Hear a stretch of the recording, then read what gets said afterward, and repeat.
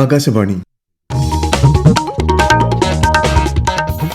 സംസ്ഥാനത്തെ വിദ്യാഭ്യാസ മേഖലയിലെ പുരോഗതിയിൽ നവോത്ഥാന പ്രസ്ഥാനം വഹിച്ച പങ്ക് വളരെ വലുതെന്ന് മുഖ്യമന്ത്രി പിണറായി വിജയൻ.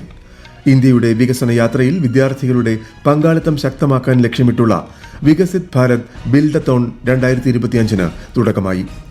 എല്ലാ വിഭാഗം ജനങ്ങളെയും ഉൾക്കൊള്ളിച്ചുകൊണ്ടുള്ള പൊതുവികസന മാതൃകയാണ് കേരളത്തിൽ നടപ്പാക്കുന്നതെന്ന് മന്ത്രി കെ.എൻ. ബാലഗോപാൽ.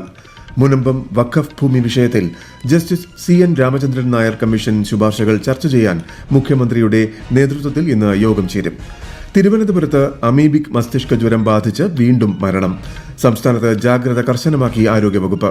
കണ്ണൂരും പാലക്കാടും 2 പേർക്ക് പുതുതായി രോഗം സ്ഥിരീകരിച്ചു. ഗാസയിൽ ഹമാസ് ബന്ദികളാക്കിയ ഇസ്രയേലി തടവുകാരെ മോചിപ്പിച്ചു തുടങ്ങി. മോചനം 2 വർഷത്തിനു ശേഷം.